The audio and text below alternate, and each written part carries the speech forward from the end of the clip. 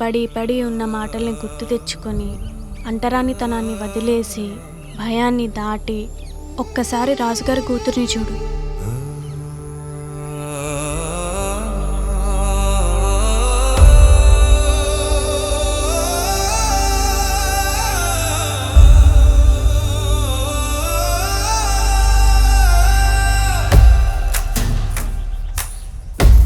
నీకోసం అన్నీ వదులుకొని వచ్చిన సగటు ఆడపిల్లలా ఉంది కదా. నాకేంటి బాగా ముదురుగున్నట్టు కనిపిస్తుంది.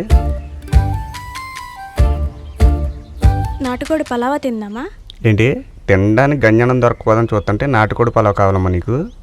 ఇప్పుడు చూడు రాజుగారి కూతురు ఎలా ఉందో.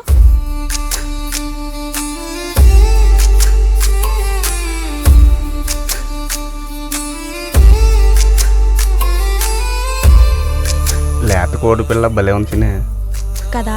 మూసుకొని చెప్పించే. రాజుగారి పెళ్ళం ముండ మోసినా రాజుగారి పెళ్ళమనే అంటారు.